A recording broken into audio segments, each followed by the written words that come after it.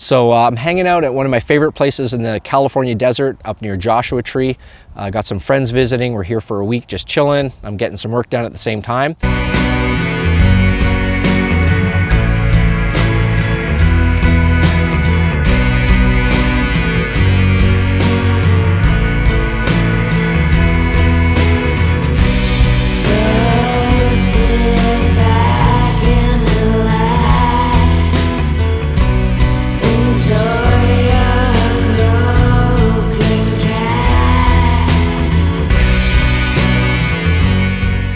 That's actually an oasis you can see behind me.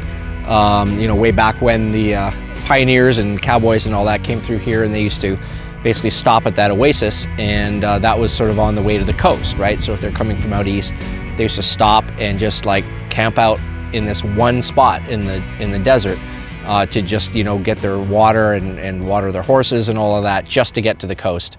But what an amazing thing that must have been, spending weeks or maybe months traveling on the road like that to come across basically a big hole in the ground with fresh water, something we just are not in touch with these days at all. And I thought I would just sort of step outside here, the little adobe, and talk to you guys about marketing. So essentially, after you've built your website and you've got everything rocking, you want to get people into your online studio. So how do you do that? A lot of people think that the whole trick is to reach as many people as possible in the general sort of genre of music that you work in. And that is actually couldn't be farther from the truth.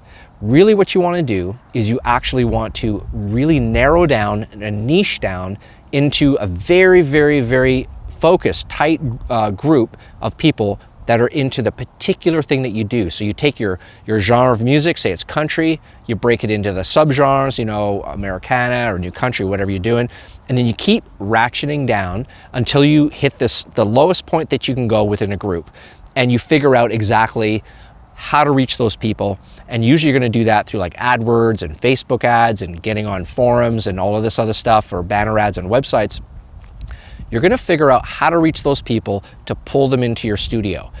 And then you want to make sure that all of your marketing is basically congruent with who you're going after. So you want to make sure that your ads, your banner ads, your AdWords, whatever you're putting in social media, your website and everything looks and feels and sounds like what they're looking for.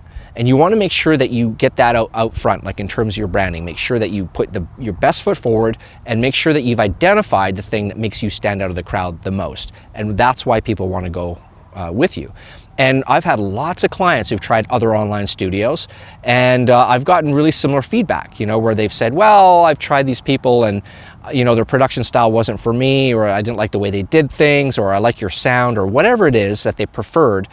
You can identify those things, and you can figure out what those particular things are of why they picked you over your competitor. And the more you can narrow that down, and the more you can target those people by narrowing down the groups of people that you're targeting to, the more successful you're going to be.